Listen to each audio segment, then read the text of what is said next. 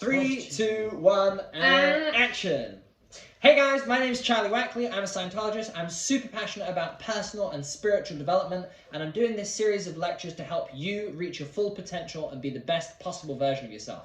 I'm here today with Kate Wackley and Scott Milton, and today we're going to be talking about the subject of ethics and the conditions. That is correct. Nice. So why don't we start by defining what is ethics? Because this is one of those subjects that like people do whole 3-year degrees on this. That's true. And you are a specialist in ethics. That's why we brought you along here today. Is it? Yes. Oh. Boom, I'm a specialist. So, Hubbard defines ethics as, well, he says the dictionary defines ethics as the study of the general nature of morals. Morals. So I define morals.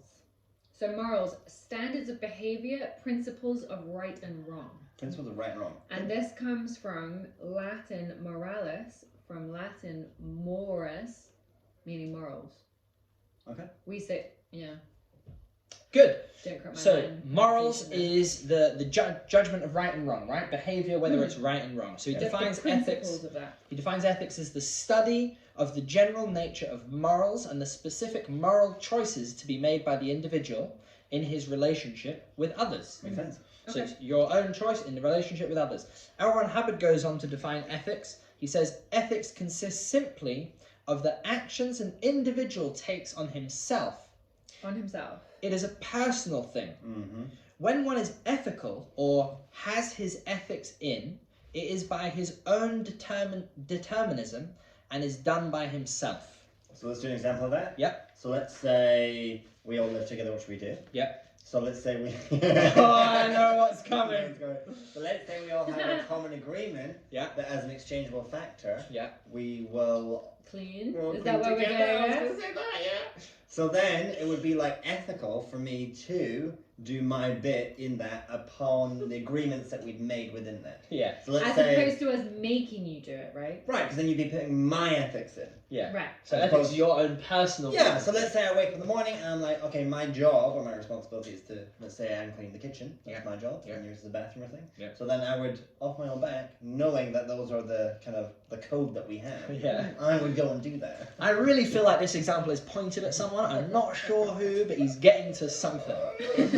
Okay, so ethics is a personal Yeah. thing, your own judgment of what's right and wrong, and you put it on yourself, meaning it's not enforced on you by others. Absolutely. So if someone, for example, weren't to clean or do the dishes, ethics would be their own personal responsibility rather than being enforced to do those things. Yeah, that's Yeah, something not else. like your Yeah. mom or your dad making That's a different you. subject. Yeah, that's something different. So, the breakthrough in Scientology is that we do have the basic technology of ethics. For the first time, man can learn how to put his own ethics in and climb back up the chute, as in a chimney chute. Okay. This is a brand new discovery. Before Scientology, it had never before seen the light of day anywhere. It marks a turning point in the history of philosophy. The individual can learn this technology, learn to apply it to his life, and can put his own ethics in, change conditions, and start heading upward towards survival under his own steam. Perfect. Mm. I think that's very relevant in today's world because a lot of people have confusions with right and wrong. Yeah. And there's so many different conceptions of what is right and wrong. Yeah. So I think having a good understanding of what it is can really help you get along and survive as best you can. Now, question And I on think this. also, I think we should bring up the point of survival, because I think when people hear survival, they think just having enough food Yeah. or Right. having a roof. But when we're talking about survival, in this case, we're talking about, Succeeding well. yeah, like across all your life. It means you're having what you want to have in your life, and you know, it's not, it's your relationships, it's what you possess. It's not just basic like roof and food. Agreed. Yeah. It's a higher, it's more than that. Oh, you mean when he says change conditions and start heading upward towards survival under his own steam? Yeah, because survival is so key to what we talk about. Yeah, in terms of true, ethics. very true. It's all about survival, which means across all the different parts of life. Now, you mentioned something, and without going into great detail, because there's probably a whole subject in itself, obviously this is talking about, like, ethics is one's own judgment of what's right and wrong. Yeah. Now, without, again, going into a whole other subject, how would a person know what's right and wrong? You mentioned a lot of people are confused about what's right and wrong. Right. What's a very, very basic way that a person can judge that? It's generally based on general agreements that we all have. So some agreements are more set, for example, and the better you communicate them, the better you can actually follow them, the more ethics you can have in a group. But let's say, very simply, like the law of the land is generally like a really good code to go by. That's an ethical law, like do not murder. I mean, that's in every other religion. Also, Yeah. they're stated a lot. Yeah. And then otherwise, I think most ethical points are general kind of knowledge. Yeah. In the sense that they're kind of common sense. Yeah. Like don't hit another, take care of one another. These Yeah. are things that are ethical. Like Instinctive, yeah. And yeah, I mean, if you go back to a couple of episodes ago, we talked about integrity. Like for me, that's kind of a key part. Is if a person generally does have a basic instinct of what's right and wrong, what they believe to be right and wrong. Again, we're in a society where we're push different messages, some of which are not ethical. But if you generally stick to what you instinctively believe is right and wrong, that tends to steer you in the correct direction. And there's one other thing, which is the golden rule. Yeah. The golden rule? You're going to throw out the golden rule in the middle of this episode. Okay, well, shall I? That's like sprinkling this episode with gold dust. Okay, go on. Well, that is the concept. But you don't have it, so you're going to... Yeah. Paraphrase. Okay. I'm going to paraphrase this, okay? So this is a concept that, like, what I would not do to you, what I would not like to receive myself, and I would give to you what I would want to get back from. Yeah. So, for example, like, I wouldn't want someone to shout at me. Yeah. Because I would feel that would be unethical, because it's like against our common code that we should get on together. Yeah. So if you look at something, you're like, is that right or wrong? You can look at, okay, well, would I want to receive that? Yeah. And if you would be willing to have that, and that's like a good, and you can see that would be pro-survival for you to receive, then it's probably pro-survival for you to give it. See? Good. Specialist in ethics. That's why I brought him along. Fantastic. So now, conditions. Conditions. How would you define a condition? Ooh. The word condition. Let's have a look. I think I actually Okay, so you've got. Let's have a look. I'm trying to find the best one here. I think the state of something with regard to its appearance, quality, or working order. That's like a normal definition of condition, but it's still applicable in terms of what he's saying here. Yeah. Well, he actually defines it here slightly. He says an organization or its parts or an individual passes through various states of existence. So these states of existence could be called conditions. Mm-hmm. These, if not handled properly, bring about shrinkage and misery and worry and death. Yeah. I feel like I've brought the tone down. If handled properly, they bring about stability, expansion, influence, and well-being. Well-being. Opposite ends of the spectrum, right? So Yeah. you have conditions going all the way to the top, all the way to the bottom. From death to ultimate survival. Perfect. It's almost in the heading itself. Condition is a state of operation. Yeah, should have read that. Okay, so now while I go through these, you're going to demonstrate. Okay. So one of the ways that we measure conditions, and there are many of these different conditions, and in Scientology we actually have a formula to go with each condition that a person is in to help him either to maintain and increase each condition, or if it's a bad condition, to drive yourself out of it. So I'm going to list these, and then we're going to demonstrate and go over one in detail. Okay. If you'd like to know the formulas for all these conditions, you can do the free course on our website, scientology.org/courses. I'll put the link in the description below, and then you should do the one on ethics and the conditions, and it gives you the formulas for each one of these conditions. Perfect. So, you can demonstrate a few of them, right? So it starts at the very top at power. Mm-hmm. Then we have power change. Okay. Should we explain like what this would be used for? Because this is really, we're quite unusual that we have this broken down this much. But like if your power in terms of like your job, personally, in your relationship, like does this apply to everything?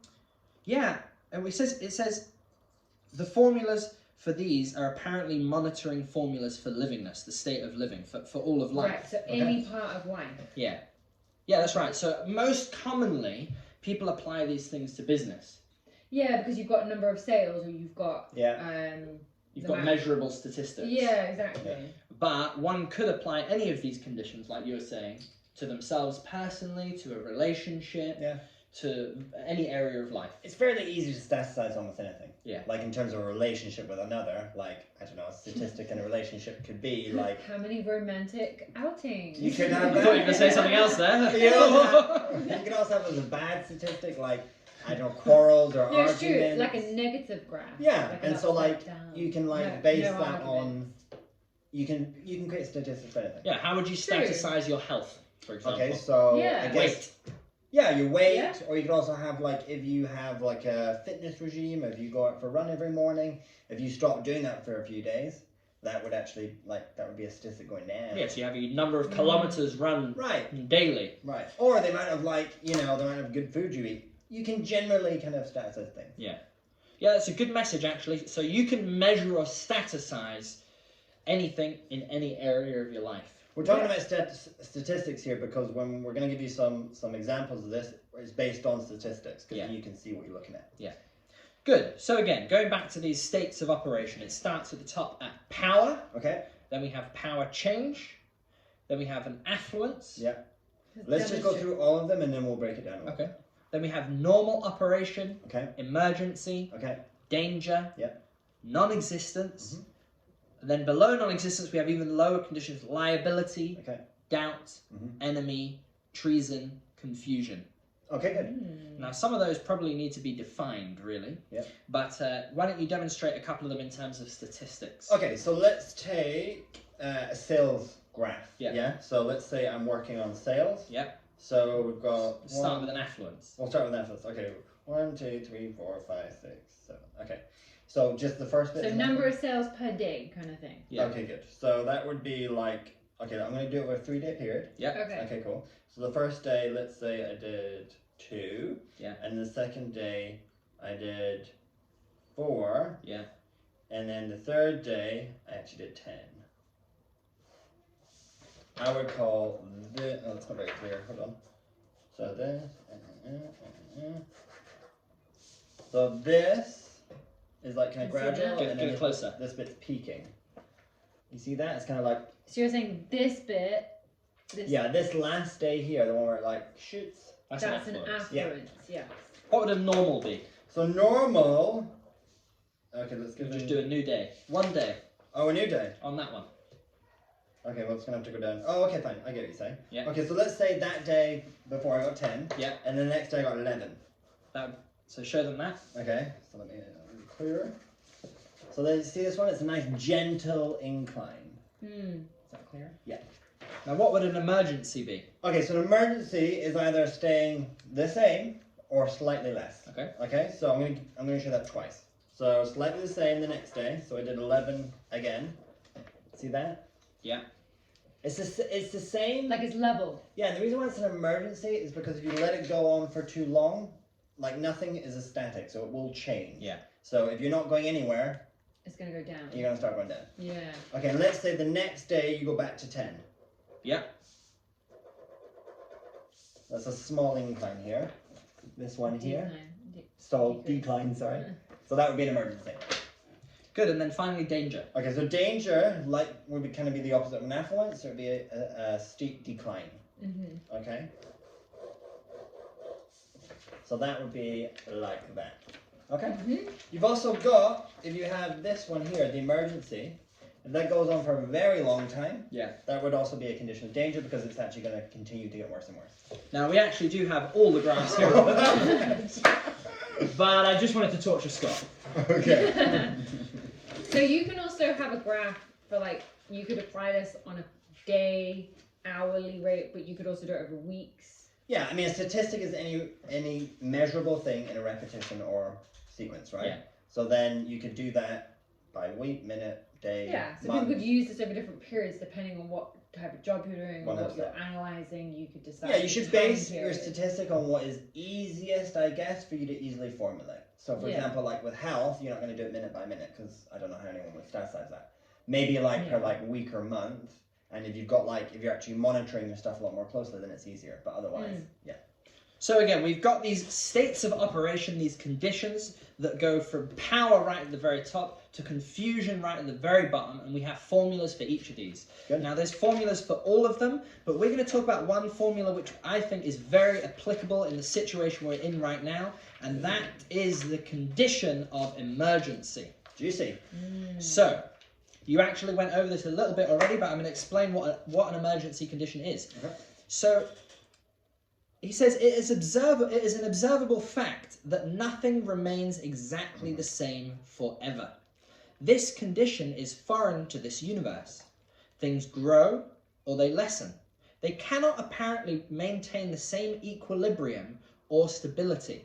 Okay, let's give a few examples of that quickly because to make that realistic. So let's say in a relationship, yeah, And let's say, let's say me and my wife have a thing that we kind of go out every Friday night. Yeah. I take on a day, yeah?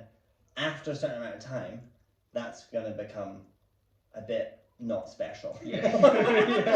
Like the first few times, and then the novelty kind of wears off. Yeah. So you kind of have to continue to create that thing. Because it won't stay the same. Yeah. She'll get a bit bored.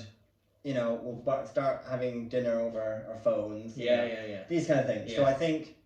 Yeah, it's sometimes like if you have clients and they always send, like, they pay you a certain amount a month. People have contracts, things like that. But you don't you don't nurture that relationship. Then you can lose the client. And so it's the same, but then it can.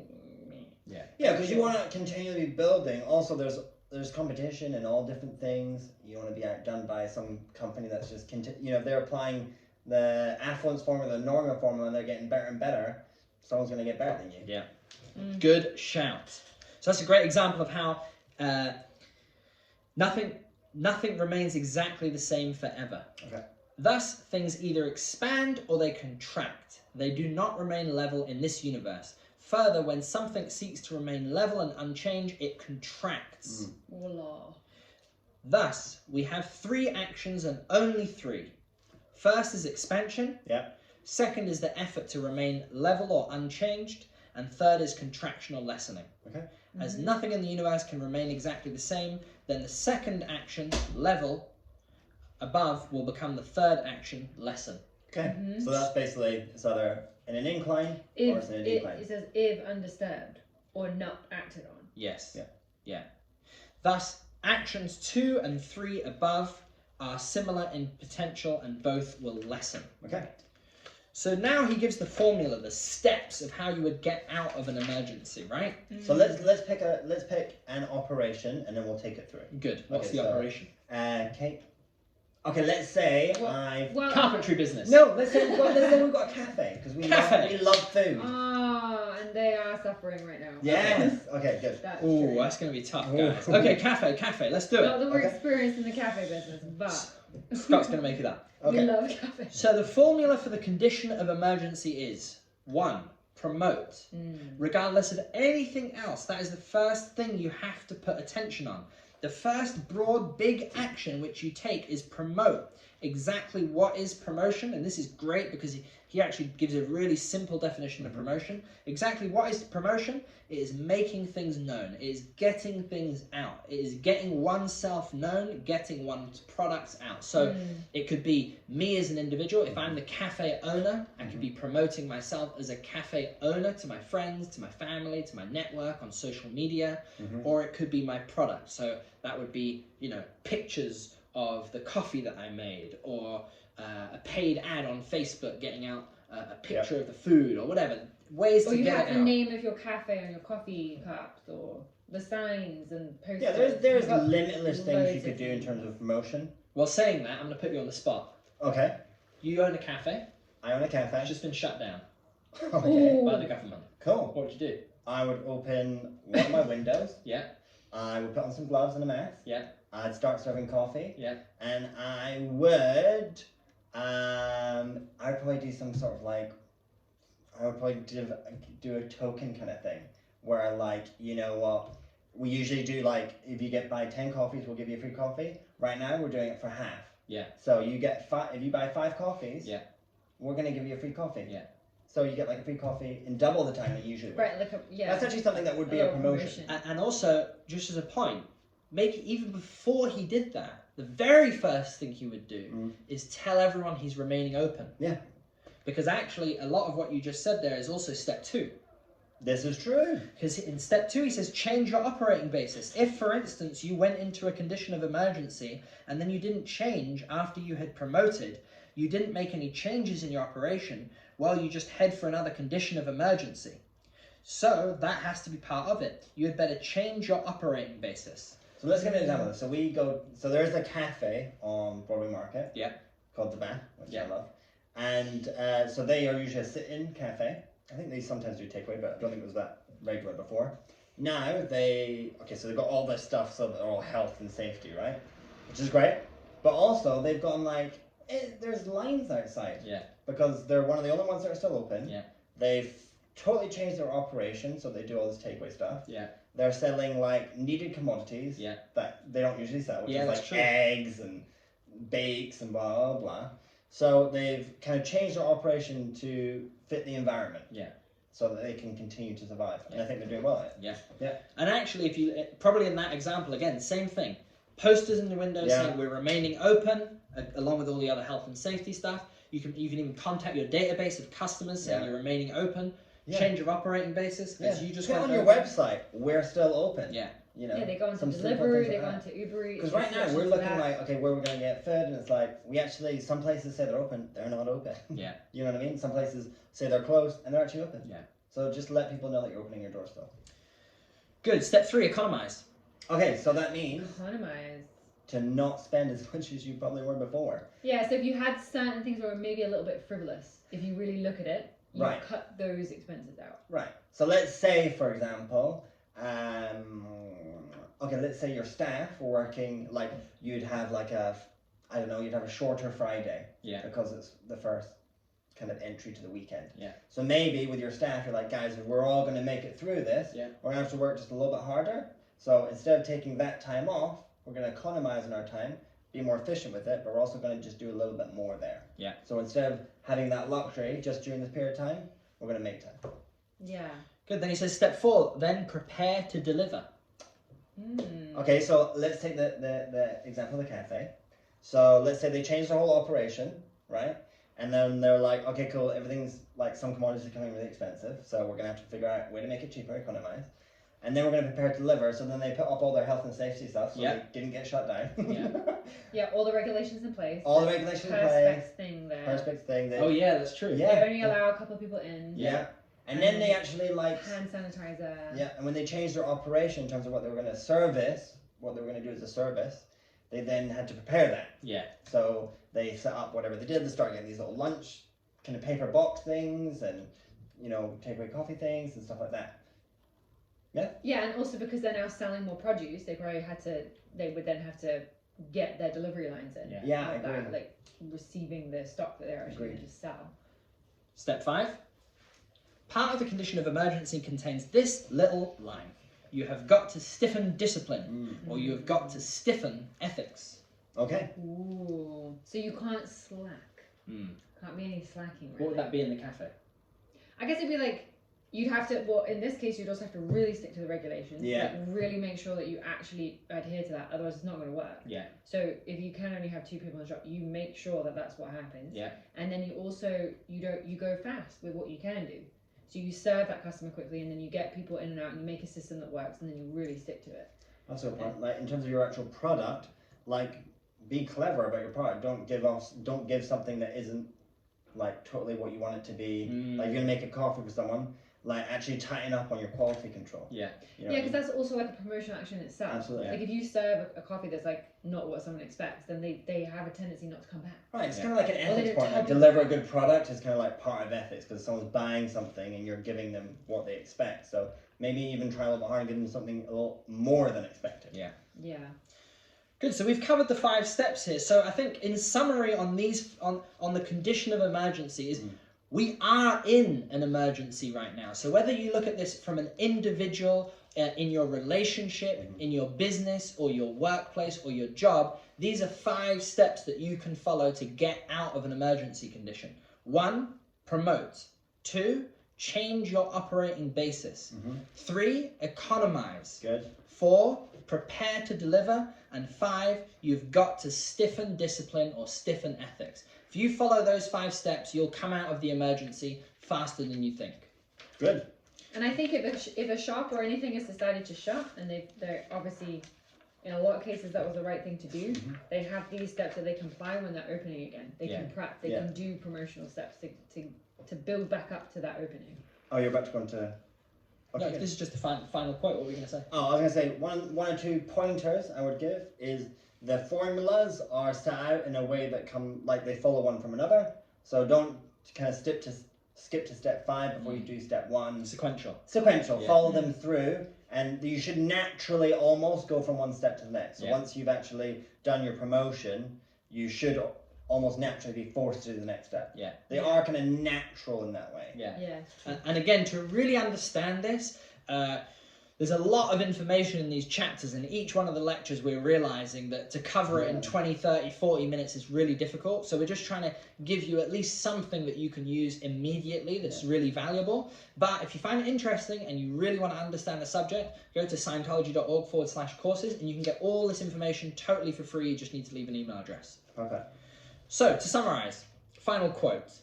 A vital thing to realize is that the formulas of conditions exist. They are part and parcel of any activity in this universe, and now that they are known, they must be complied with. This takes about 90% of chance out of business operation or personal economics. The variables are only how well one estimates the situation and how energetic one is in applying the formulas. That's such a good line. Nice. So I hope you found this useful. If you liked it, leave us a comment, subscribe to the channel, and we'd love you to come back. We're episode 12, got a few more to go, and then we'll have some more exciting things on the channel. Thanks for watching, guys. Thank you. We're good? Oh. I'm a breath. Sorry.